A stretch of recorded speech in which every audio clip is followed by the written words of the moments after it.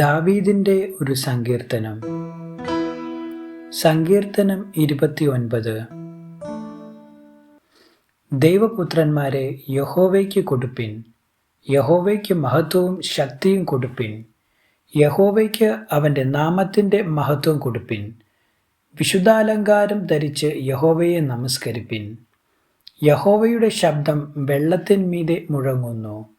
പെരുവെള്ളത്തിന്മീതെ യഹോവ, മഹത്വത്തിൻ്റെ ദൈവം തന്നെ ഇടിമുഴക്കുന്നു. യഹോവയുടെ ശബ്ദം ശക്തിയോടെ മുഴങ്ങുന്നു.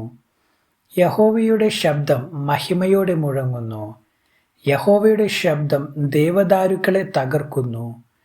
യഹോവ ലെബനോനിലെ ദേവദാരുക്കളെ തകർക്കുന്നു. അവൻ അവയെ കാളക്കുട്ടിയെപ്പോലെയും ലെബാനോനെയും സിര്യോനെയും കാട്ടുപോത്തിൻ കുട്ടിയെപ്പോലെയും തുള്ളിക്കുന്നു. യഹോവയുടെ ശബ്ദം അഗ്നിജ്വാലകളെ ചിന്നിക്കുന്നു. യഹോവയുടെ ശബ്ദം മരുഭൂമിയെ നടുക്കുന്നു. യഹോവ കാദേശ് മരുവിനെ നടുക്കുന്നു. യഹോവയുടെ ശബ്ദം മാൻപേടകളെ പ്രസവിക്കുമാറാക്കുന്നു. അത് വനങ്ങളെ തോലുരിക്കുന്നു. അവൻ്റെ മന്ദിരത്തിൽ സകലവും മഹത്വം എന്ന് ചൊല്ലുന്നു.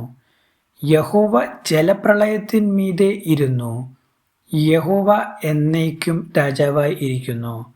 യഹോവ തൻ്റെ ജനത്തിന് ശക്തി നൽകും. യഹോവ തൻ്റെ ജനത്തെ സമാധാനം നൽകി അനുഗ്രഹിക്കും. ദൈവവചനം തുടർന്നും കേൾക്കുവാൻ ഈ വീഡിയോ ലൈക്ക് ചെയ്യുകയും ചാനൽ സബ്സ്ക്രൈബും ചെയ്യുക. ദൈവം നിങ്ങളെ അനുഗ്രഹിക്കുമാറാകട്ടെ.